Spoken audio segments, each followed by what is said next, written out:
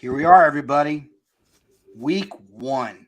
I mean, tell me you're not excited, Josh, because Oh man. I'm beside myself because looking at the FBS landscape, we only have one team, Northwestern, that's off this week. We're getting the full package. We're getting every team in the FBS. Well, 130 of them at least, which is Yeah. the same number we had last year. This is exciting stuff. Weekend Tailgate. Here we are, people. Josh, you can find him on the Twitter machine, as you can see by the little label below his face at CFF guys. Josh, good afternoon. And I know you already filed your cash plays for the week or for the main slate tomorrow. I filed mine as well. We're ready to go. We got everything entered. How are you, Josh? And we don't have time to really go into background stories or anything because I know you got other things you got to do. You got to head out in about an hour or so. Josh, how are you, brother? Yeah, doing well, man. It's super excited for this weekend, man. Kid in a candy shop right now. This is incredible. So, and just some of the plays on this slate are just amazing. So I'm excited to get into it and to really chop it up, man. Absolutely. I would go and give you some against the spread and totals and money line picks. You can find all that on our articles. We have plenty to satisfy your flavor there. And I don't want to waste any more time because Josh is a man with a clock that's ticking. So let's jump right into it here. Let's do it.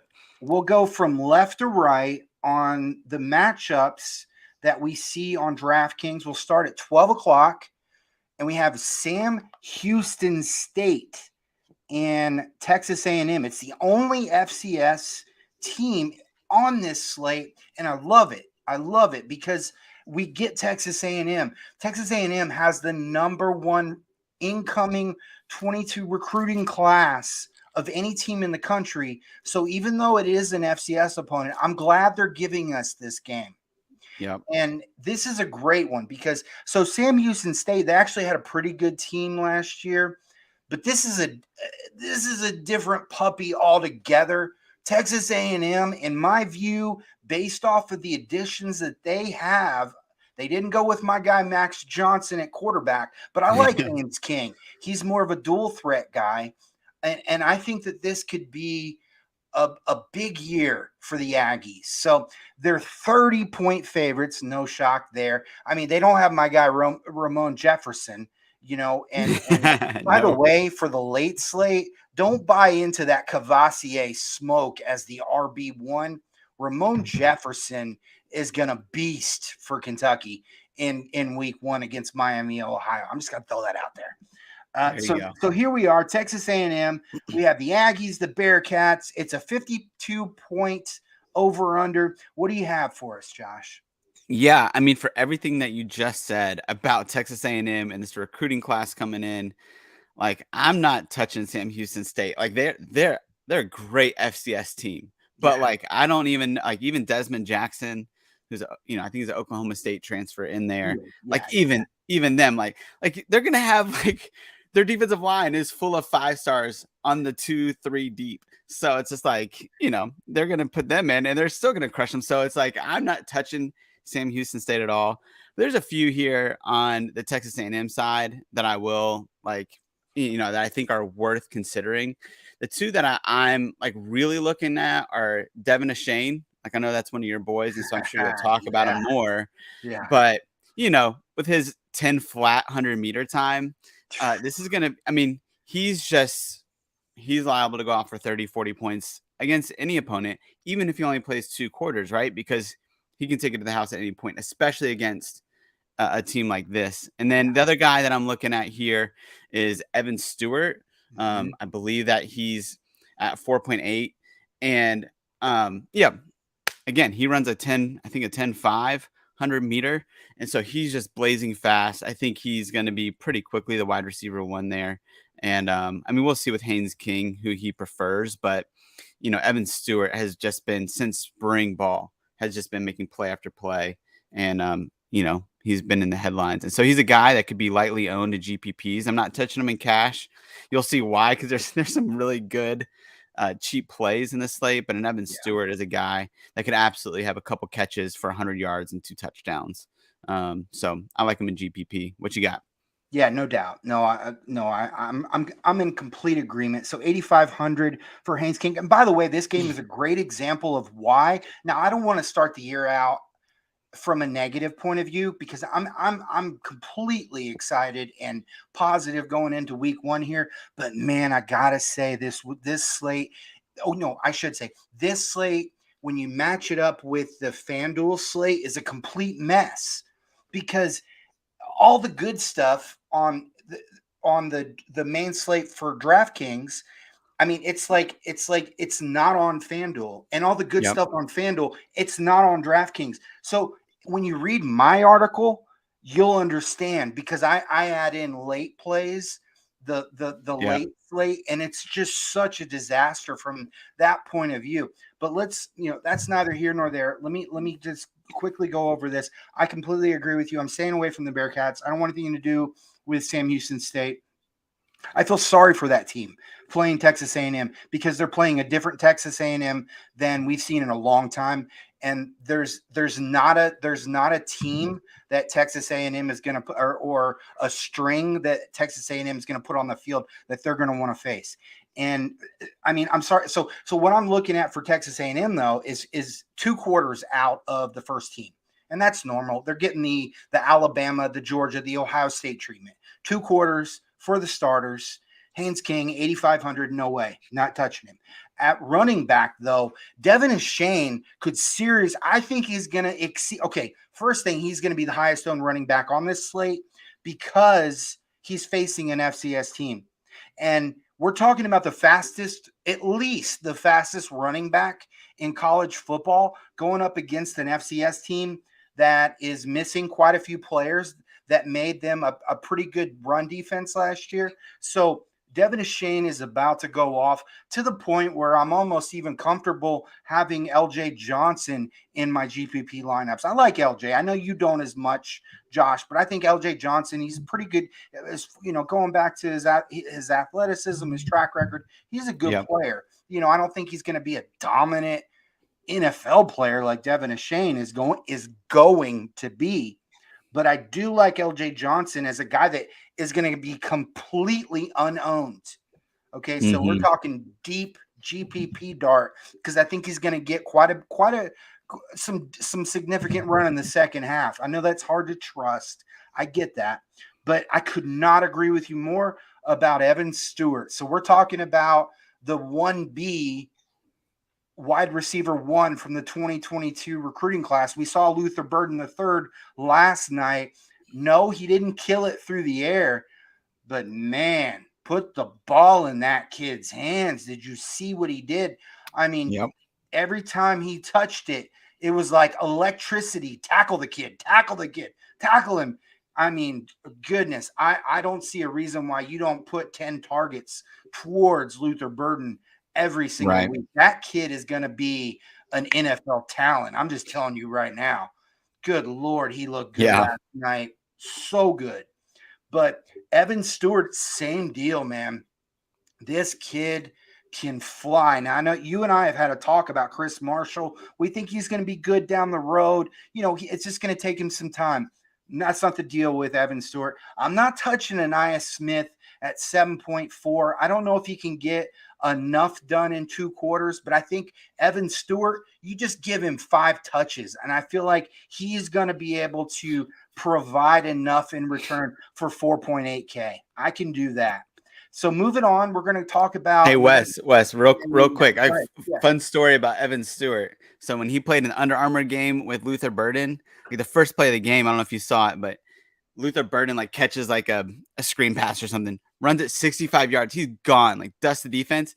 Evan Stewart catches up to him. They're on the same team. Evan Stewart catches up to him from the opposite side of the field, is running next to him like he's jogging. That's how fast Evan Stewart is. Just to give perspective, Luther Burden, incredible speed. Evan Stewart's a whole nother level. So, anyways. Okay. So there's Luther Burden and there's Evan Stewart.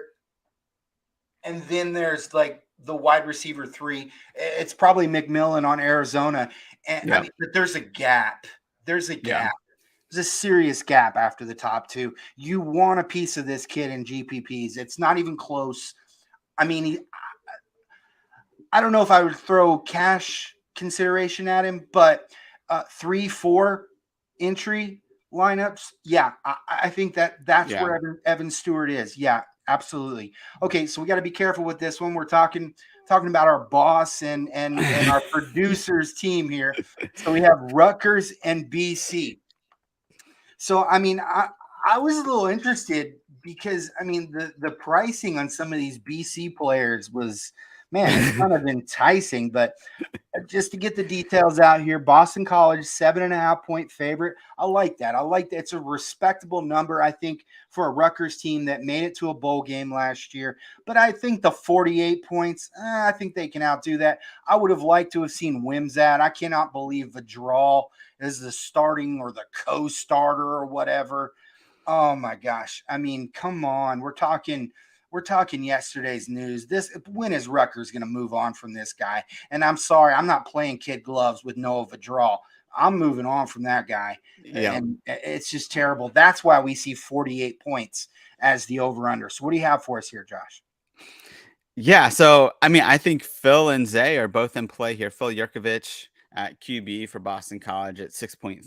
I mean, that's a great price for him because he's a dual threat guy, right? So he can do it either way, on the ground or through the air.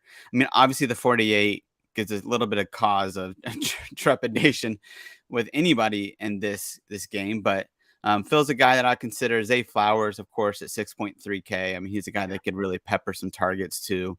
And with such a low over under, I mean, he's going to stay on the field the whole game. So yeah, those are the two guys that I'm considering from Boston College. And then on the other side, I mean, you could consider Pat Garwo as well, but 6.9K, that feels a little bit steep to me on this slate in particular. And then on the other side, man, if Evan Simon somehow draws the start, then at 4.5K, I mean, he's in consideration. But that's really just for Ben there. Because I would never actually take a shot on Evan Simon. But Taj Harris, man, he's the one guy here at 5.8K, I think. Just like Bo Melton last year. I mean, he's the one guy I'm really considering. But man, Boston College is not they're a solid team. So they're not a team that I'm gonna take lightly. And so Taj Harris is the one guy, dart throw, GPP, but everybody else I'm fading. Sorry, Ben.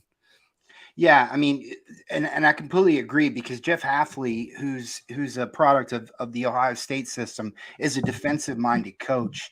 So yeah, I think I thought it was interesting that Rutgers tried to hide Taj Harris as a or. No, you're not doing that. We've already seen the kid play at Syracuse. It's not happening. You can play those games, but I don't think anybody's buying it. But yeah, I completely agree. I think the Phil Yurkovich to Flowers connection, I think those are the two players that we want to focus on here. It's a low over under, but the Rutgers defense is good enough to keep this game close, and I think that's good for Flowers, and I think that's good for Yurkovich. So yeah, absolutely, those are the two guys. There was some word that that Aaron is it Young for Rutgers is injured, and if he were to miss, you might throw a Kyle Menage in a GPP because he's only at 4.7K. He's the RB 40 priced. The defense for Rutgers, I mean for Boston College is good, 63rd percentile, but it's nothing like the pass defense that they have. Jeff Hafley is a cornerback, former secondary coach, so the run defense is the one area where Boston College does give up a little bit. But I mean, I'm not going crazy with Menage. You're not going to do anything, significant. But a dart. I'm just saying, if Young were to miss, I really don't want anything to do with Young. Menage at least showed last year during his true freshman season that he was decent at the goal line. So that's of some interest if Rutgers can get close a time or two. So let's move on from there. Let's go to NC State and East Carolina. This game this is going to be a good one. I'm definitely going to record this one and watch it because we got two pretty good teams here. A lot of people may not know that East Carolina's got a pretty good defense. They're Yep. not a they're not a you're not going to walk all over them. And so I still think though Devin Leary, he's going to be a top draft pick next year. This kid, I mean, just 2 years ago, prior to last year, I was like, somebody sent me a trade offer for Devin Leary, and I was like, I don't want. If you just give me Devin Leary, I don't want him. And then look what he did last year. I mean, he went off and made me look stupid. Yeah. And I'll admit it, man. So quarterback's easily the hardest position to evaluate, and he just came out of nowhere, went from pretty much a scrub to wow, he's like a potential first rounder. Yeah. So that's significant. So NC State, they're 12-point favorites, is a 52-point over under, and they're playing at East Carolina. So I think that further balances at least this matchup enough that we need to, think it over some. So what do you have for us here? Yeah, I mean, Devin Leary is definitely a guy that I'm considering in cash. I mean, he's just like steady Eddie this last year. He's almost between like 22 and 28 fantasy points per week. And so from that perspective, like Devin Leary, I think is certainly in consideration there. I wouldn't play him in GPP just because I don't think he has the ceiling. He doesn't have any kind of like rushing attempts. But I'll be curious to hear what you have to say about him on that. But Thayer Thomas is another guy that I would consider. Oh, Devin Leary is 7.5K. So he's right there in that range of where he's going to hit value for you. Thayer Thomas, he's at 6.2K. He's a guy, more of a possession receiver. Again, he's cash consideration. I would not throw him in a GPP. He just doesn't usually have these pop games. And then everybody else, like they spread the ball around so much at NC State that there's really not a dominant number one. And so I'm not targeting anybody else on that side of things. On the other side, I would say both, Holton Ahlers, I think is a guy that you can consider here. He's up and down and depending on the week, and but he's 6.1K. So he needs 18.3 points. I believe they're 11-point dogs. So they're going to be throwing the ball quite a bit. They got some good transfers coming in with Isaiah Winstead. And then hopefully CJ Johnson is back, and Cy Hatfield, and then they got Ryan Jones. So they got a good receiving core there that he could throw the ball to. And then Keaton Mitchell, he's a running back there. He's an NFL prospect at 6.7K. I just worry a little bit. This is a good run defense, and so you're talking about a guy that's going to have to do it through the air, which he can, right? He definitely has receiving chops. But he's not a guy that I'm targeting. He's more of a peripheral GPP play for me, not a cash play. Yeah, I completely agree. So for Devin Leary, he's the QB 13 at price wise, and then over on FanDuel, he's the QB 2. So I like to look at that because it tells you, it gives you two perspectives on a player. And, I think that what FanDuel has here as a QB2 says a lot because that's where I'm at. This is a great matchup for Devin Leary. Yes, the coverage for East Carolina, we're talking 81st percentile coverage, but that's right into the wheelhouse of Devin Leary. He's going to be playing in the NFL. After this year, this guy can handle 81st percentile coverage. That's not a concern. So I really like Devin Leary here in this matchup. I think he's just a steal on DraftKings at 7,500. Now at running back, I really like these guys, and they're both GPP targets. Jordan Houston, who he's been sitting behind Ricky Person, and remind me, who's that other kid that they had? Bam Knight, Zonovan Knight. Bam Knight, yeah. He's been sitting behind those two for a couple of years now, and this is his opportunity. And so this will be his first chance to see starter reps, and I really like him. He's not going to be owned, somewhere in the single digits. So he's a decent, especially in like a 20 entry GPP. He's a really good one. But here's a name, and I don't even know how to pronounce his last name, but Demi Sumo Karngabaya. This guy, was like the breakout of camp. He was good last year in camp, but he wasn't quite ready. And plus, he was RB4 at best, even if he was, but he wasn't. 4,400. He's the RB50 on DraftKings, the RB91 on FanDuel. He's going to be getting plenty of playing time as the RB2 in this offense. Jordan Houston is not a big guy. So he's not going to be out there the whole game. And plus he's a really good receiver, so he's getting all those passing down reps. I like Demi Sumo here. He's going to be unowned and he's really cheap. So make sure you pay attention there. And I couldn't agree with you more at wide receiver. You could go Thayer Thomas if you just want a cheap cash game stack. But yeah, he's not going to go for 30. So not somebody like Charlie Jones. Good Lord. Last night. That was a nice call we got, huh? Wow. Yeah. Was not expecting 37 targets. That was crazy. Nope. Crazy. If you had Charlie Jones in your lineup last night and the right peripheral plays, you did well. Wes, did you hear during the broadcast? And maybe I heard it wrong, but like were him and like Aiden O'Connell baseball buddies from like middle school? Yes, that's and I did not know that until watching it. Otherwise, I would have been drafting him. Like they were little league buddies. You know what I mean? It's just not stuff. The piece of information that we needed the whole time. Yeah, it's like the information in college football is just criminal, man. It's not shared at all. Yeah. Come on. Yeah. Okay. So yeah.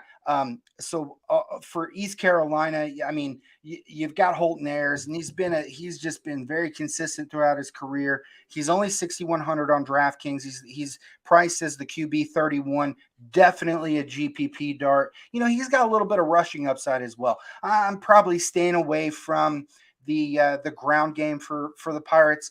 They're facing the 93rd percentile run defense in NC State. I don't see how they're going to do it, and I'm not going to bet that they're going to do enough through the air. I love Keaton Mitchell. I do, Josh, but I'm staying off of him in this matchup. But for receiver, Jesse Hatfield, this guy is like big play all the way, and he's going to be 0% owned. Yep. So he's a dart. If you're going to throw a Ehlers dart out there, Jesse Hatfield is somebody that you could. CJ Johnson is coming off a massive suspension, and it lasted. Wasn't it all of last year? Yeah. Yeah, and he's getting thrown right back into the mix as the starter on the inside, and he's the wide receiver priced as wide receiver 111 on DraftKings at 4K. I think 10 points is his floor here because they're going to need to throw the ball. Yes, it's the 100th percentile coverage defense, but they've got to move the ball somewhere, and East Carolina has enough of a defense to back that up. Yeah. Let's move on. So I know you're excited to talk about this team here, and that's North Carolina. They're the underdog here against Appalachian State. I think that's a mistake. I don't think that I liked what I saw from North Carolina last week. I don't think this is going to hold up. So looking at the lines, though, I mean, it's kind of. I mean, it just blows my mind. Appalachian State, 1.5 point favorite. They pretty much graduated their entire receiver room. They got some good running backs, yes, but we'll see. 56.5 point over under. What do you have for us, Josh? Yeah, and I think what's interesting too is it started as like a 3-point favorite for UNC or 2.5. Like, so it's like it's going a direction that makes you feel like Josh Downs is out of this game. That's the only thing that I could throw in there that would kind of justify what we're seeing. Yeah, and honestly, I mean, I would have wrote Josh Downs up. I mean, I put him in, kind of an alternative in my cash article, but I didn't put him down as a lock or a play because we just don't know if he's going to play. I have talked to an insider from UNC that says that like it looks like he's going to play, but nobody really knows until the staff isn't just telling some random dude, the guy that's talking to me on Twitter. So, so I think for me on the UNC side, I mean, I I got to talk about Marion Hampton at 3K. Oh my He God. goes off for 22 points and then they don't adjust him at all. And, they barely even ran him in the fourth quarter. He got all the red zone touches essentially. Um, so this is a kid that he looked like he was running. He's like a chicken with running. What is that phrase? A chicken running with his head cut off. Yeah. He looked like he was a freshman and he was still awesome. Yeah. And, he settled down and he got better. And so I'm super excited to see what he does in this game because at 3K, I mean, he's, 9 points to hit value. He's going to do that. They're going to give him 20 carries in this game. DJ Jones just looked like a shell of a starting running back. So, When you get one carry before they put Omarion in there and then it was yeah, over. yeah. I think he got like 5 carries for 6 yards for the game. So Yeah. Marion Hampton at 3K, I mean, he's just got to be, in my opinion, in our lineups because of what you can do at other places. Here on this slate, George Pettaway at 3.4K. I mean, he can also be in your lineup because he showed some chops too. So he's a guy, both cash and GPP. George Pettaway for me as well. I would be comfortable with him. Gavin Blackwell at 4K as a GPP dart throw. He's the guy that the guy I've been talking to at UNC. He said, "Man, he's gonna be the wide receiver too," and he looked good. He caught a touchdown in the first game. So, yeah, Okay, he's another guy. Ahead of JJ Jones. Yes, that's what he said. Hmm. But the other guy that I would consider here is Bryson Nesbitt at 3.2K, which actually looks like he could be the the second receiver, even though he's a tight end in that offense. They schemed him up. That touchdown that he got was an 18-yard touchdown. So I like Nesbitt quite a bit at 3.2K. Again, GPP there for him. On the other side, I'm not touching anything there except Cameron Peebles at 4.9K. I was kind of surprised to see him listed as the RB1 because Nate Noel's for the last year, he's taken that role. So I'm hoping they're going to give Cameron Peebles the touches he deserves and not just run him within the 20s, essentially, is what they do. Yeah. And so at 4.9K, he's a guy considering cash or GPP, definitely GPP, but cash as well. I think he's going to have, I mean, they're favored for a reason. This isn't a bad team. This is a good team. And Cameron Peebles is the engine that makes that offense run at this point. Yeah, so there's two great examples here of what I was saying about comparing the prices on the two platforms. And Drake May, he's priced as the QB 17 on Yeah. DraftKings and the QB 3 on FanDuel. Yeah. And that says a lot. That's it goes to show that there's there's a group that think that he's legit, and so I think he's a good value on DraftKings, and he's gonna be owned in the single digits. Now, if Josh Downs is out, that means I'm out. If Josh Downs plays, I think Drake May is he's a good GPP guy here at QB. Okay, so moving on to running back. I mean, come on. So Omarion Hampton is priced as the RB 97 on DraftKings. He's priced as the RB2 on FanDuel. That's a crazy. joke. That's a joke. I mean, there's only one situation on this main slate, and we're talking serious money here. The main slate's got some big money on it, and he's the second best value on this entire slate. We'll get to, actually we won't get to my top value. Actually, on the DraftKings main slate, he's my top value because I forgot Ohio State's not on the main slate for DraftKings.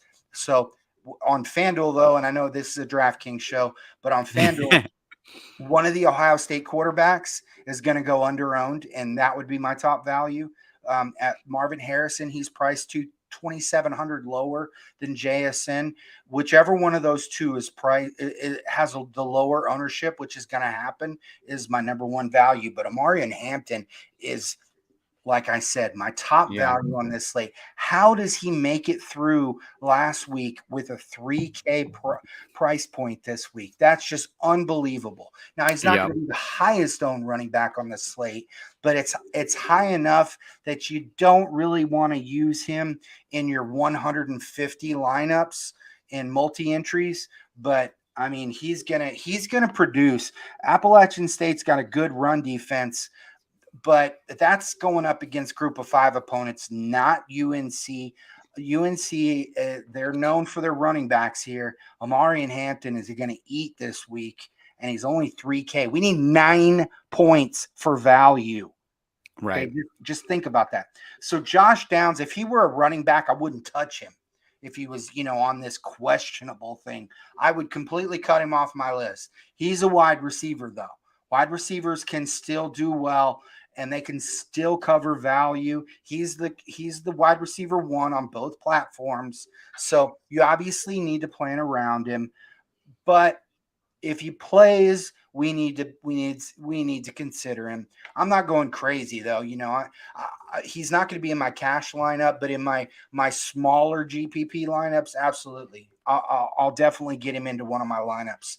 And Yep. at least the 4 entries, probably not the 3 entry, but the 4 entry probably, and then obviously in the 20. But over on the other side, Appalachian State, I couldn't agree more.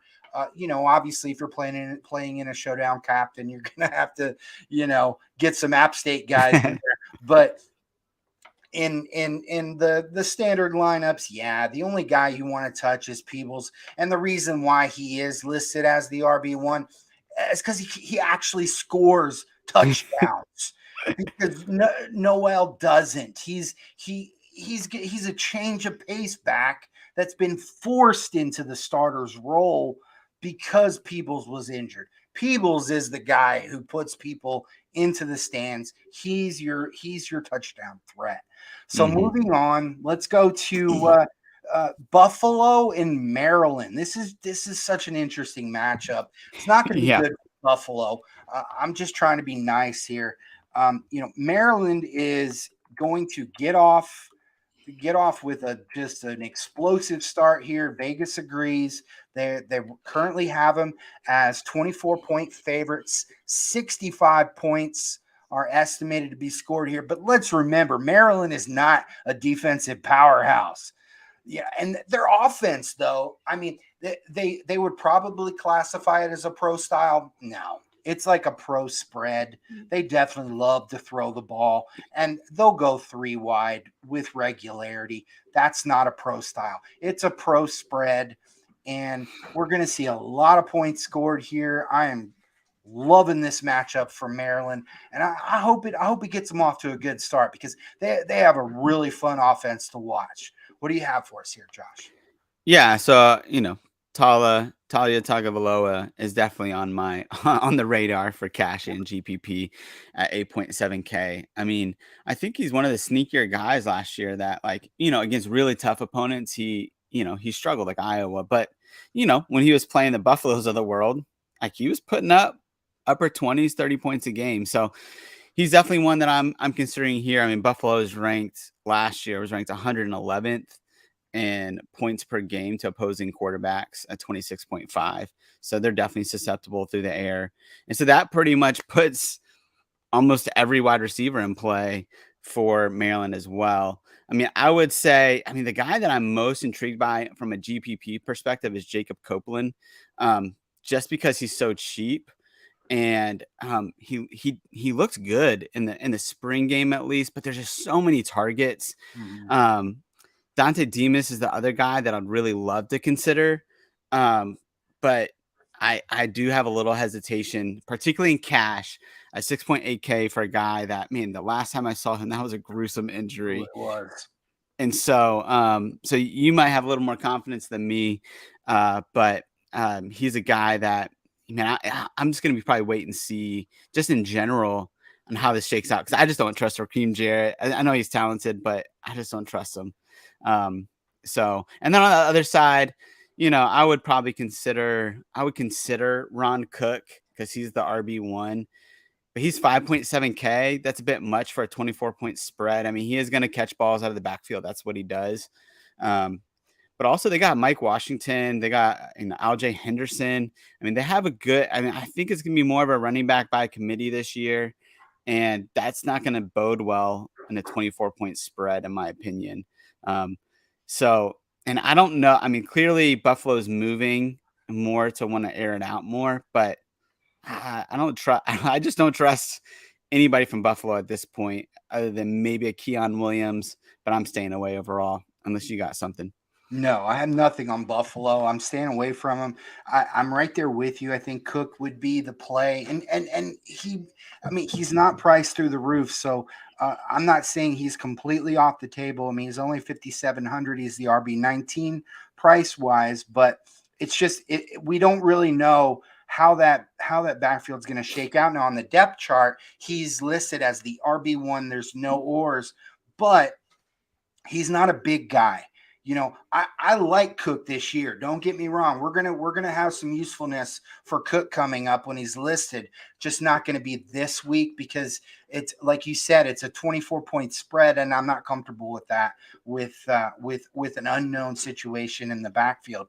But Tagovailoa, this is a great matchup for him. 33rd percentile coverage difficulty. This is the kind of matchup where he's just going to go crazy.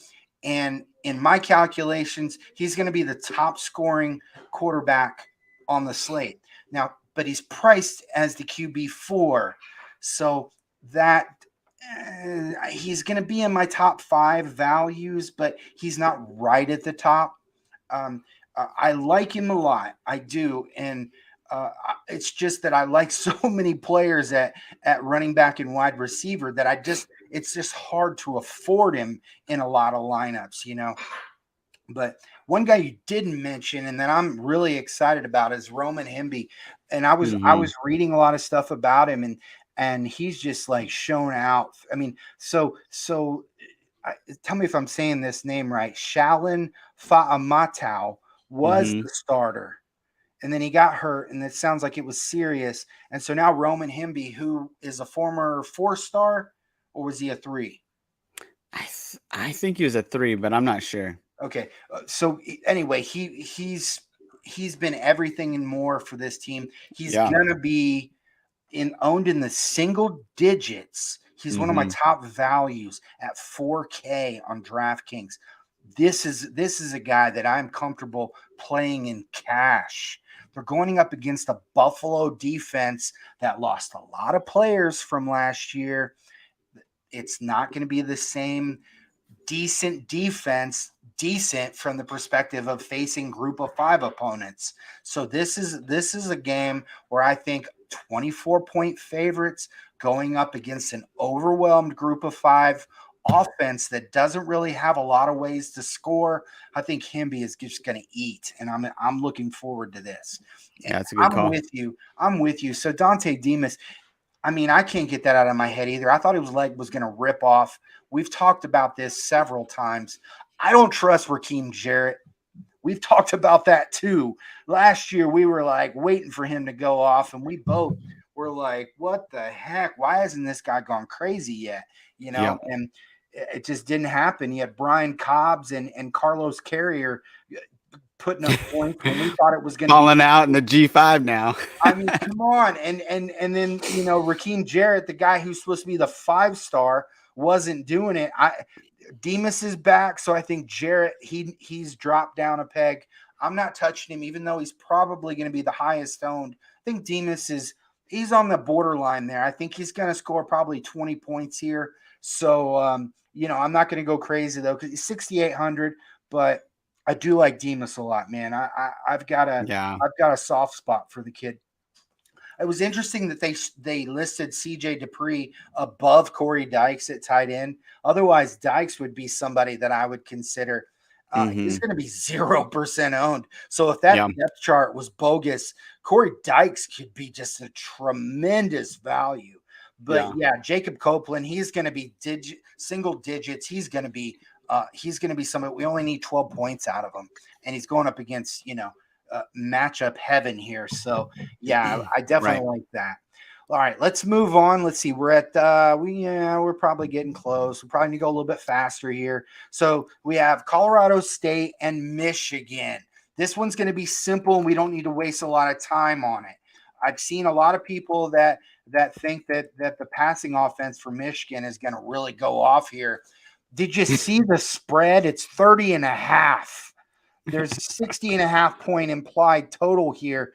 And Michigan is favored on the money line minus 10,000. Jeez.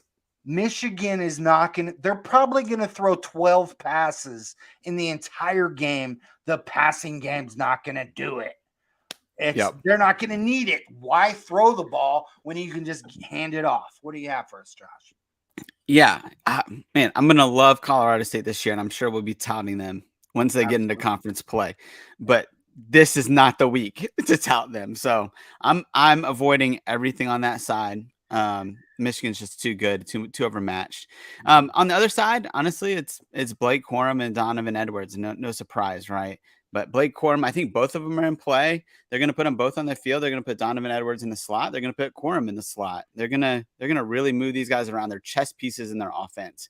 Blake Corum at 7.3K and Donovan Edwards is at 5K. So I like both of them, but I really like Donovan Edwards, and at 5K, it's 2,300 cheaper. He's just the better value in my opinion. He's my favorite running back play. Other than Amari and Hampton on this slate, just because I think he's going to hit value. I mean, he only needs 15 points to hit value. He's got so many ways that he can potentially do it, including throwing the ball on halfback passes. Yeah. So anyways, but both Corum and Edwards, I mean, they're pretty no-brainers where you can lock them in, I think, to value. Absolutely. And that's all we need to say. We can move on. And just to put that minus 10,000 money line into perspective, UCLA is a minus 2,800 over Bowling Green. I mean, Corum and Edwards, just mark it down. They're both, it's going to be handoff gone. These guys are just going to destroy that team. Moving on to UCLA, they're 23.5 point favorites, 56.5 point over under. What do you have for us here, Josh? Josh? Did I lose you, brother? Josh?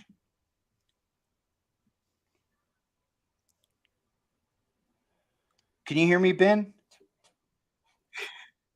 I lost you. Can you hear me? There you go. There you are. Can you hear me? Okay. So Josh can't hear me, but I'll go ahead and just talk through this. So first thing I want to get out of the way is we have a promo code that you can see below the screen, Rook23. So make sure you cash in on that. Wow, we have some music going on here. It's not going on my end. But yeah, you can use promo code Rook23 for 30% off the 2022 college football standard package. And you also get access to the 2022 prospect guide bundle. It's a bundle, a savings of $33. So you definitely want to cash in on that. But looking at UCLA, the one guy that stands out to me here, and it's quite obvious, is Zach Charbonnet. So yeah, he's coming in 7,900. I know it's a lot of cash, and the RB2 pricing, but we're talking about 44th percentile defense from Bowling Green. He's going to be highly owned, and he's going to be somebody that we can consider in cash. He's not somebody. He's going to be so highly owned, though. He's not somebody that we're going to go into the deep GPPs here. But still, I think he's going to cover. He's going to do well. On the GPP side, though, we have Keegan Jones, who's the RB2.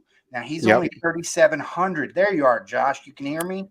Yeah, sorry. I just want to interrupt you for a second so you know I was back. Sorry. The kids overtook my AirPods for a second. Yeah. So Bluetooth heaven. Yeah, I'll just finish the running backs. You can do the quarterback and the wide receivers. Keegan Jones, I think, is going to get plenty of run here. So we saw last year with Britton Brown and Zach Charbonnet, they don't need to run Zach Charbonnet into the ground for him to be effective, especially against Bowling Green. Keegan Jones is going to get plenty of run here. He's really good. He's priced as the RB 76, and he'll probably get most of the second half to work, or at least, enough carries to be worth our time. So go ahead, Josh. Talk about the QBs and the receivers here for us. Yeah, so DTR. I mean, Dorian Thompson Robinson. He's a guy. Even at 9K, I mean, he can absolutely hit value. The biggest concern, right, is that Mhm. he's going to play one half, so he's got to score a rushing touchdown. Zach Charbonnet's got to not go off, so you can't start both DTR and Zach. And if I'm betting on one, I'm betting on Zach Charbonnet personally. So DTR is a guy that maybe like a GPP, probably not cash for me. Jake Bobo is a receiver that I'm interested in at 5K. I mean, he seems to come in. He could effectively play kind of that big body wide receiver or kind of Greg Dulcich, which a lot of people think Michael Ezeki is going to come in and do that. But I think Bobo could be a possession type receiver for them and come in and just be a PPR monster. And at 5K, he is, I think, in cash consideration more than GPP personally. Obviously, nothing on the Bowling Green side for me. Yeah, the only guy I'll just throw it out there as a complete GPP dart, but I think he can cover value. He's only 3K, and Mm-hmm. he's a transfer from the FCS, and that's Odu Hillier, and he's the starter. This he's got some athleticism. Only 3K, so we only need 9 points. I think he can cover that. So if you're filling out your 150 GPPs, I think Odu Hillier is a guy that we can count on here to cover that. And I think he'll be priced higher after this week. But couldn't agree with you more on DTR and Bobo. So let's move on to the next matchup we have here, and it's an interesting one. And there's several guys I like here, just not the ones I thought I would like going into it. And that's Cincinnati and Arkansas.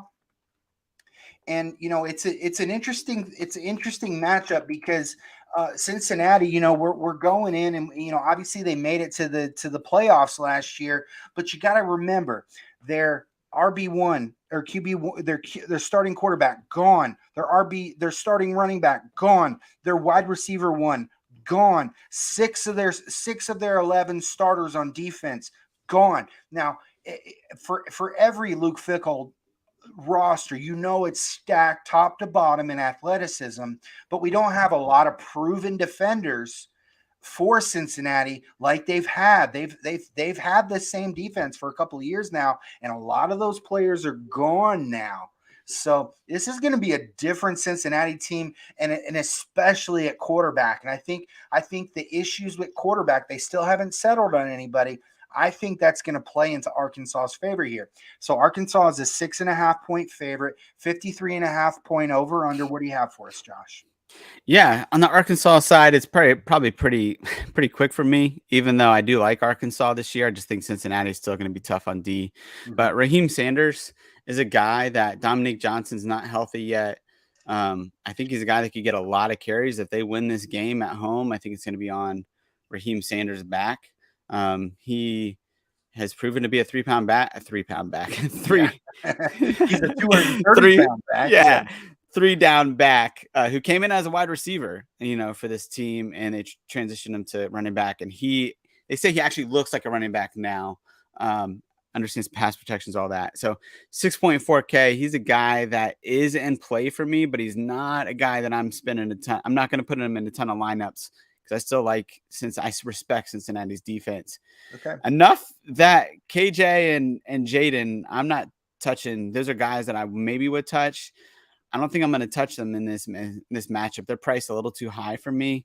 I don't see them having a ton of success in this game. On the other side, I think Ben Bryant's going to start, and at 5.7K, I think that could put him into some consideration and some GPP dart throws.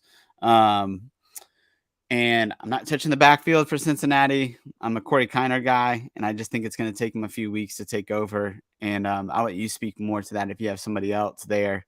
And at wide receiver, Nick Martiner is a guy that has proven to be a little bit of a deep threat for them, and he's like 6'6". And so, as a GPP dart throw, Nick Martiner is a guy that I would consider. But I'm sure you have other plays here that you like. I'm just overall, these are two good defenses, and I'm not I'm not too confident in anything really but Raheem Sanders, to be honest. Okay, so this is the one we're gonna butt heads, Yeah. and I like KJ Jefferson in this one. So here's the deal: Cincinnati plays majority cover one. When Arkansas faces cover one, they use the third highest rate of play action in college football. That opens up their ground game, and not just for Rocket Sanders, Raheem. It opens it up for KJ Jefferson. This guy, Luke Fickell, said it himself. He's not just a dual threat quarterback. He's the quarterback that will run right over top of you. And I think Yeah. that kind of, there's going to be some scoring here in my view. I think that there's going to be more scoring here than what we're used to in a matchup with Cincinnati. Now, I'm not saying their defense is no good. I'm saying that they're going to be facing a very good run blocking offensive line, and Arkansas, they love to run the ball.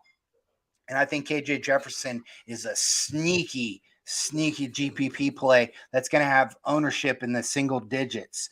Now, That's at good. running back, I also like Rocket Sanders, but I also like AJ Green. I know you like him as well.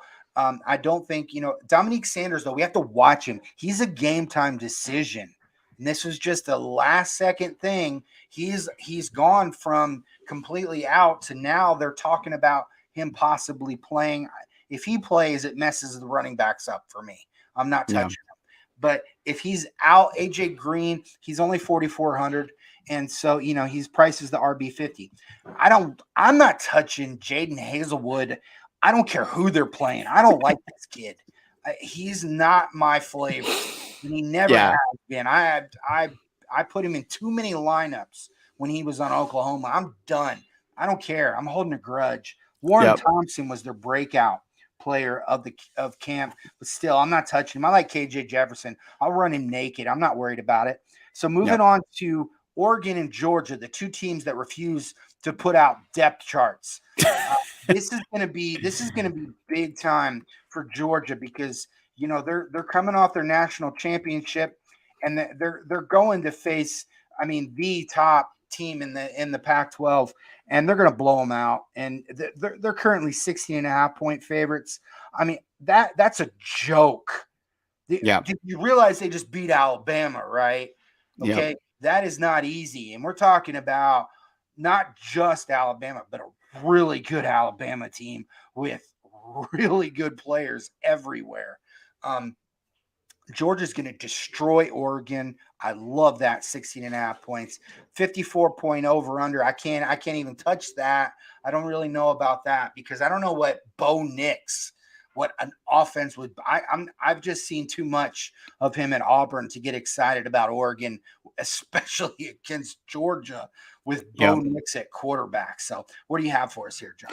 Yeah, on the Oregon side, the only thing I would touch is your boy, but you called this Marquise Irving. It looks like, there's going to be oars next to the depth chart. They're going to run all four running backs that they got there, but I think Marquise Irving could lead them in carries. One, probably just maybe leading them overall touches is a better way to put it. And as a receiving back, he could have some value in this at 3.2K where he only needs 9 points to hit. Everything else there, obviously, I'm avoiding. But on the other side, do we have any updates on Eric Gilbert as far as, I know he was in that car accident? No, he's fine. Everything that Totally I've fine. read, it says that he returned to practice like the next day.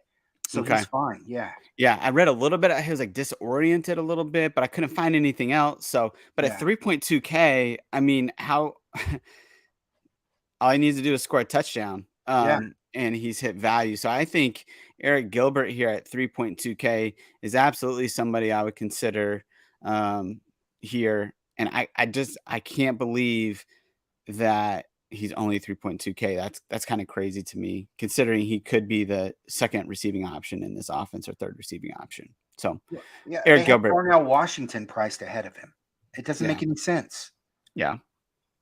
Nope. So, that's it. That's all I got though. No. And I'm right there with you.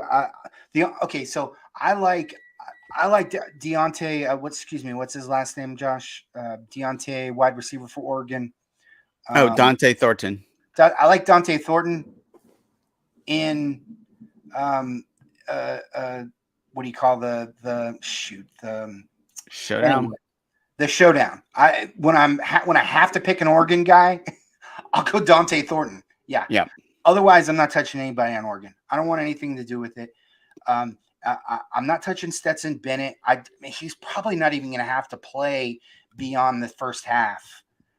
They're going to have Brock Vandegrift, Gunnar Stockton, Carson Beck in there in the second half. And he's 9.4K. It's like it's ridiculous. Even at 8.6K on FanDuel, you got to get 21.5 points out of him. No. I'm not touching him. You got to get, just ridiculous numbers from him in the first half. And Oregon's not that bad. And they're known for having, if anything, really good secondaries. So no, I'm not touching it. I do like Kenny McIntosh. And the thing I like about him the most is he's going to be single digit owned. This is not a great Oregon defense. They're 42nd percentile against the run. And Kendall Milton's he's been banged up. So Kenny McIntosh could get some extra run. Definitely a GPP guy that I'll look at there.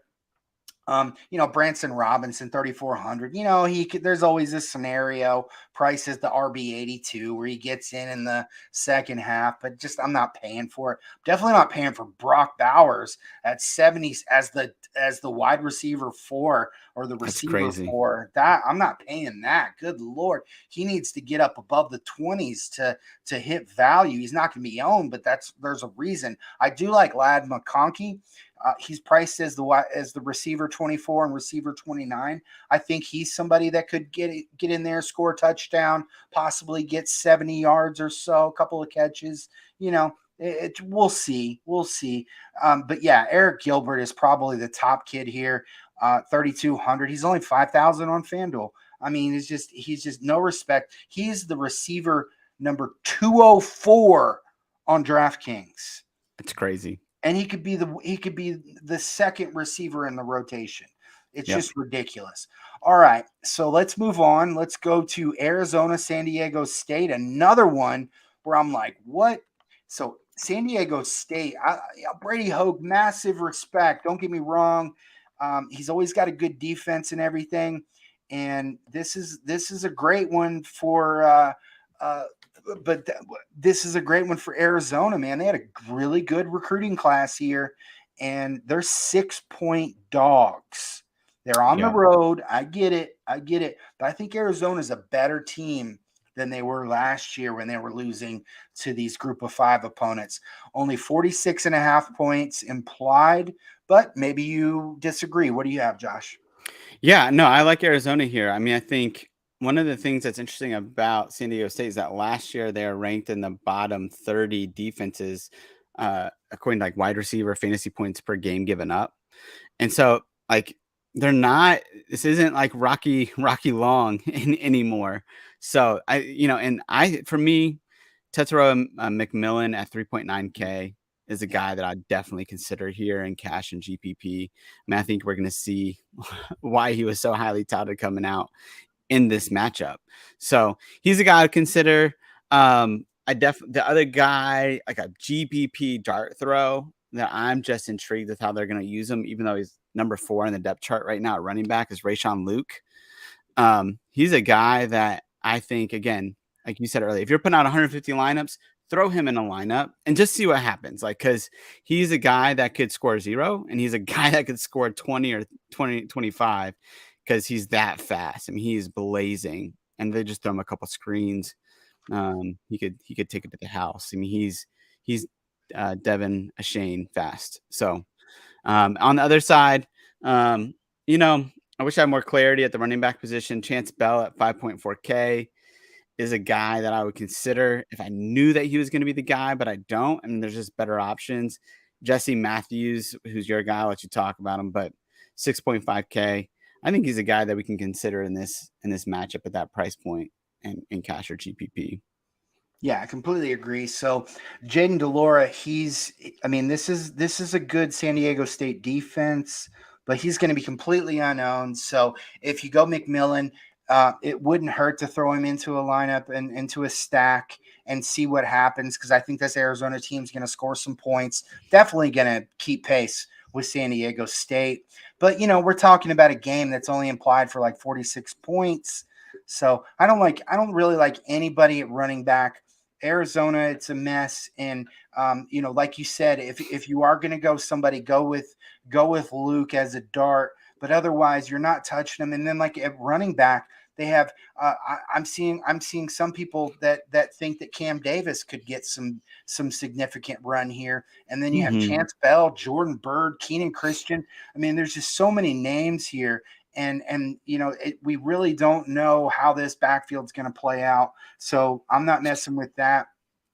And yeah, it's 38th percentile coverage difficulty for San Diego State. And Jesse Matthews showed us last year that he's definitely for real here. So he's the serious play here for San Diego State, and a GPP only. And then for Arizona, like you said, McMillan is the highest rated recruit for Arizona ever. But I also like me some Jacob Cowing. He's priced, wide receiver, the receiver 11, but I think he's going to go for over 20 here. I think that this guy just doesn't have a coverage weakness. I love him. He's going to be an NFL player, so I think he's definitely somebody that we can consider cash or GPP. He might be too highly owned for the massive multi entries, but the smaller ones he should be fine. Moving on. Let's go to Oklahoma, UTEP. We don't have to spend a whole lot of time on this. This is not going to be, UTEP's got a better defense than they get credit for, but it's not going to matter here. This is one where it's the first game for the new head coach. It's just not going to go well. Actually my computer just locked. Okay, here we go. Oklahoma 30-point favorite, 57.5 point over under. What do you have, Josh? Yeah, so Dylan Gabriel, Marvin Mims are both guys that cash GPP for me. I think they're going to keep, like you said, new offense, new weapons together. I think they're going to keep them in the game, even if it's a blowout, to be quite honest, through the third quarter, and let Gabriel and Mims really try to solidify their connection. So I like both those guys, cash and GPP. Javante Barnes, if it's a blowout late, I could see him at 3.8K. Being able to do some stuff on the other side, I'm intrigued, man. I mean, maybe, new head coach Brent Venables turns this thing around so quickly that they just lock UTEP down.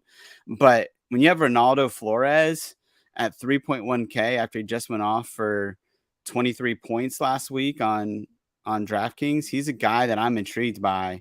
This is a team, UTEP, last week that really only ran 3 wide receivers on routes. I think 3 of them, Tyron Smith, Ronaldo Flores, and then Kelly, had 50 plus routes run and 50 plus snaps. So it's just those 3 that they're throwing to. And so no matter how bad they are, I mean, eventually, like, they're going to do something. And Tyron Smith is also 4.6K. So I like both Smith and Flores this week as guys that one guy got 16K targets last week in Tyron Smith. Another guy, Ronaldo Flores, got 10, turned that into 8 catches for 122 yards.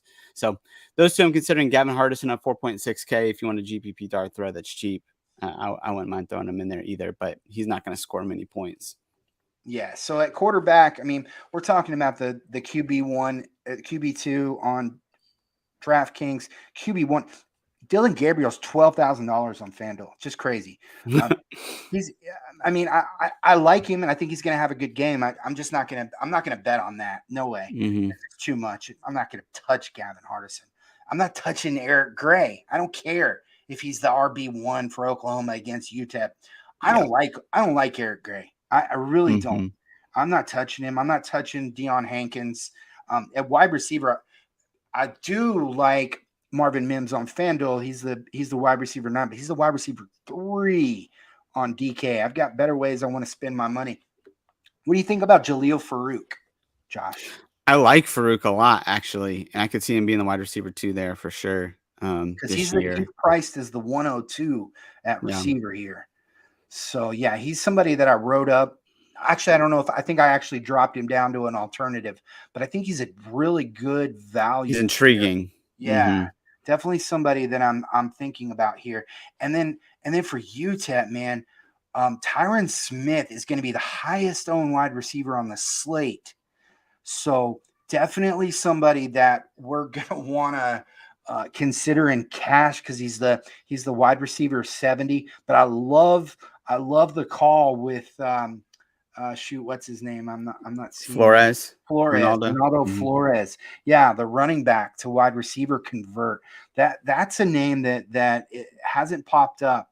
And I didn't even consider him when I was looking at this team, and which is just completely inexcusable considering the game he just had.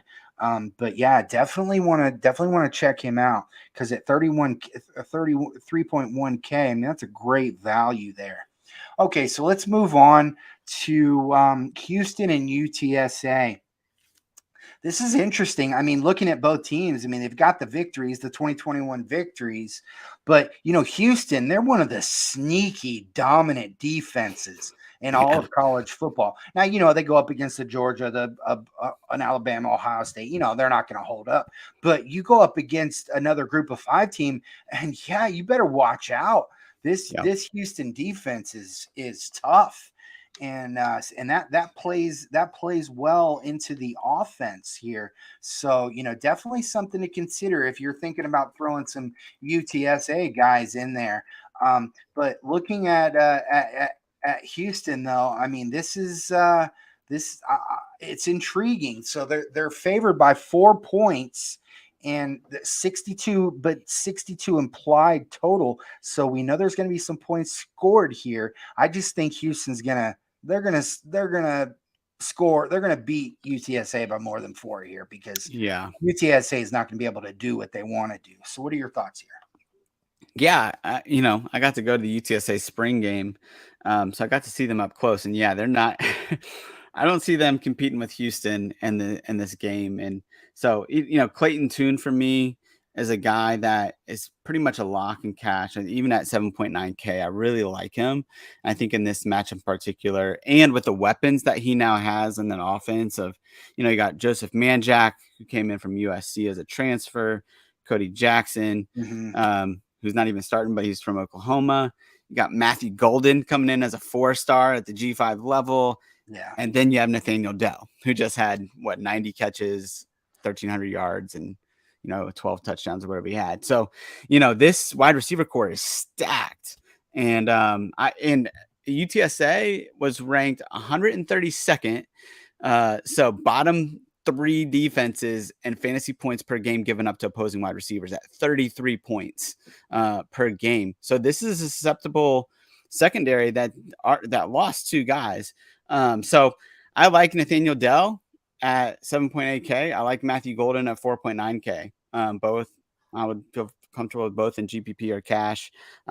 Because I've saved money at running back, I'm throwing Dell in there and I'm throwing him in there with Tune and I'm stacking them together and seeing what they can do in this contest. On the other side, to be honest, I don't know, other than maybe Frank Harris, but even I don't love his price point compared to a Drake May, but he's the only one I would consider. The rest, the backfield's a mess to me, and the wide receiver core, I just think Houston's going to shut them down and limit them to their price points. Yeah, we need to see what that backfield's going to look like. I mean, Trey Smith looks good, but we need to see how that's going to play out because they've got a few guys in there. Ty Edwards is another. So, it's a little confusing right now. But, okay, I like Clayton Tune so much that I'm willing to eat the chalk. He's the only guy on the slate that I'm willing to eat the chalk with. And I think that he's like a lock. He's QB 11. He gives us a little bit of leeway with his pricing. And I love this matchup against the 32nd percentile coverage defense of UTSA. I think that this is just a complete lock for Clayton Tune. We don't have Bryce Young or CJ Stroud. And even if we want Tagovailoa, we got to pay, top dollar for him. And here we get Clayton Tune. I mean, he's just an absolute lock for me. I wrote him up as a GPP. just because he's the one guy on the slate that I'm willing to eat the chalk on, and that's even with a full Saturday main slate. That's Yeah. how confident I am in what he's going to do tomorrow. Frank Harris, he's going to be owned, but in single digits. But man, I just have such a hard time with him there. I love Zachary Franklin and all that, but the Houston defense just major concern for me. I'm not touching either backfield. The run defense for UTSA is actually 77th percentile. They're really good. But yes, I love Nathaniel Dell. I'm not touching him though in cash, in GPPs. He's going to be like right up there at the top Right. of Right. and you're not going to be able to get away with that stack. So if you're going with Clayton Tune and you eat the chalk, I mean, he does. I think he has the potential to do it on the ground enough to where we can run him naked. And I'm not touching him with Nathaniel Dell. If I'm going to put him with somebody, it's going to be with Matthew Golden. So Golden's going to be 0% owned. So definitely somebody that you can consider there as a deep GPP stack, and that'll help you balance out that ownership percentage.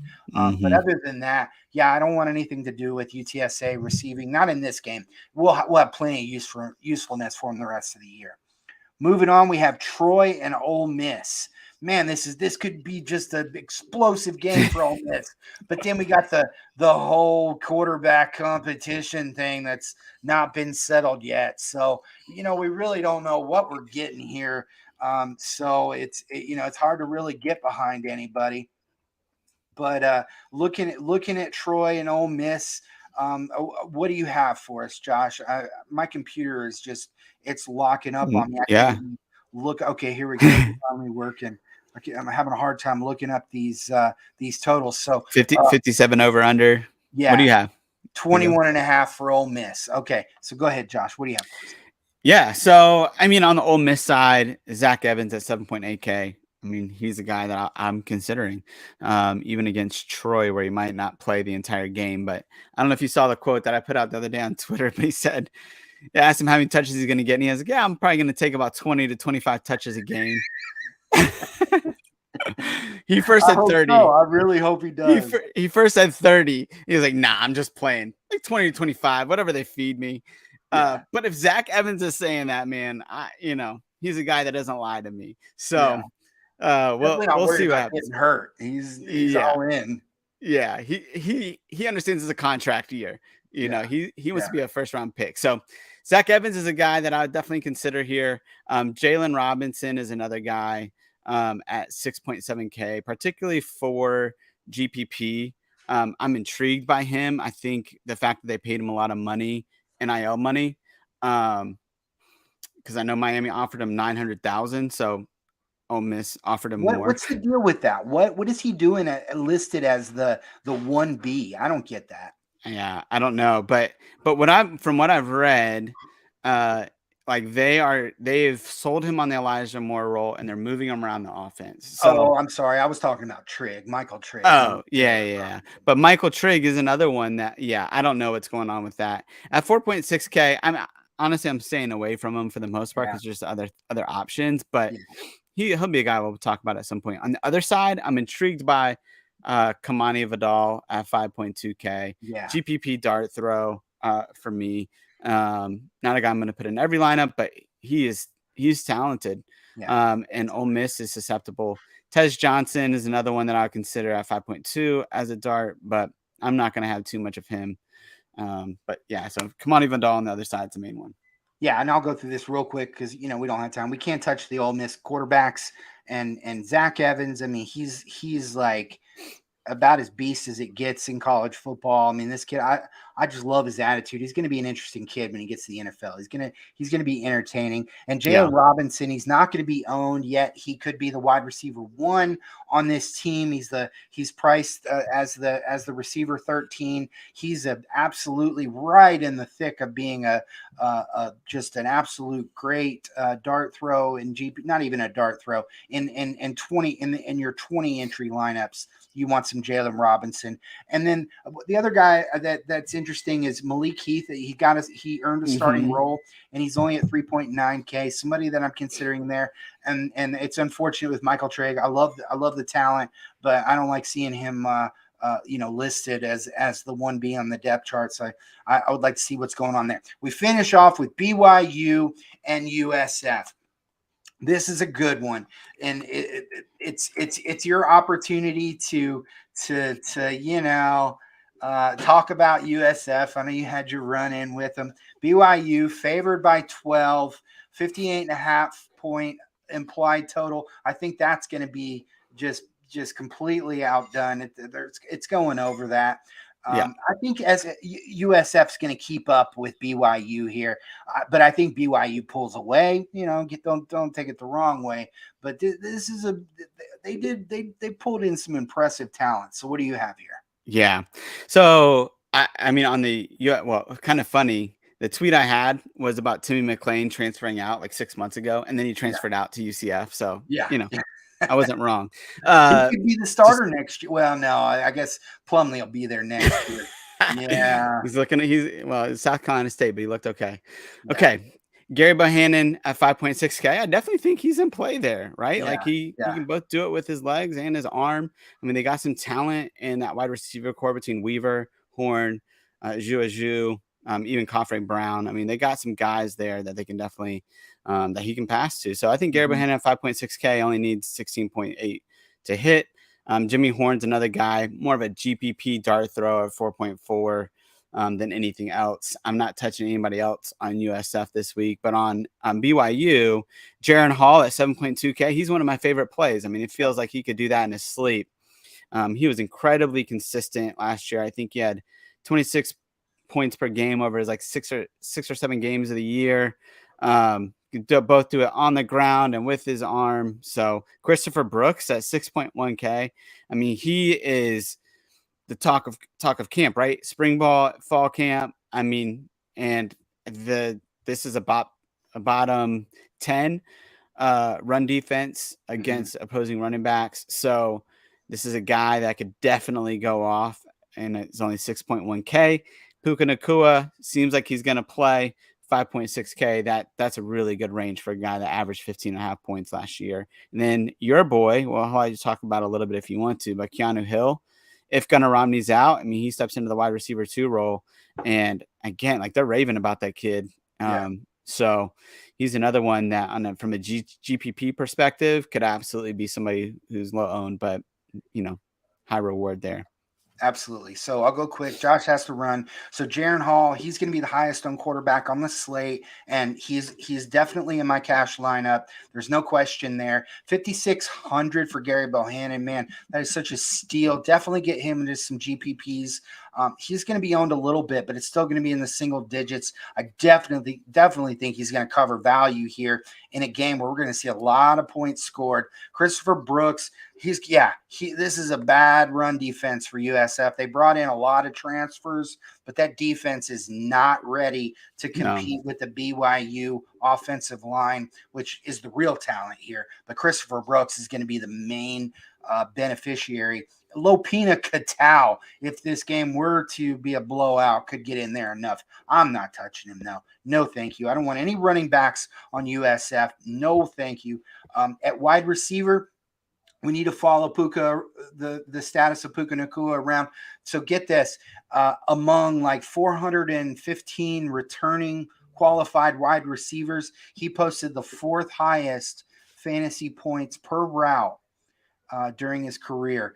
This kid is just unbelievable. He's going to play in the NFL. Puka Nacua is the best wide receiver that's been at BYU, and I don't even know how long. If he plays, he is going to beast, and he's going to destroy this USF defense. But that does, and then Keanu Hill. We need to follow the status here. Keanu Hill is a good play in his own right. He's only 4.2K. And I think that there's a lot of utility here. So I'm filling out my GPP lineups with Nacua and Hill. Excuse me, not together, but with Hall, with either Nacua or Hill, and I'm filling out several of those. And then for USF, I'm surprised I'm about to say this, but the one guy that does interest me is Coffrey Brown. So he's priced at the bottom barrel at 3K, and he's gonna start. So we only need 9 points out of him. And this is a game where they're gonna have to open it up, and they're gonna be playing with, playing against a group of 5 defenses here. Coffrey Brown's he's got legit speed. Yeah. So I think that he's an excellent value here. But he's somebody that I would stick to the smaller GPPs, and obviously you can extend him to the multi entries, to the 150s. But yeah, I'm not touching him in cash. But yeah, I think he's somebody you could even touch in the 20 entry GPPs. That's all we have for today. Josh has to run. He's got an engagement with leading a retreat. So we definitely need to get him out the door. And we thank you for listening, and good luck with your lineups on Saturday. And we'll be around on Discord. So if you need any help with your lineups, and if you're a subscriber, if you're not a subscriber, come subscribe. We'll help you out going into your lineups tomorrow. We'll be around. So that's all we have for you today. Have a good And real quick, Rook 23, 30% off for both the bundle, right? The CFB package, and then also the prospect guide as well. $75, but $42 for that 30% off. There we go. Peace. Absolutely.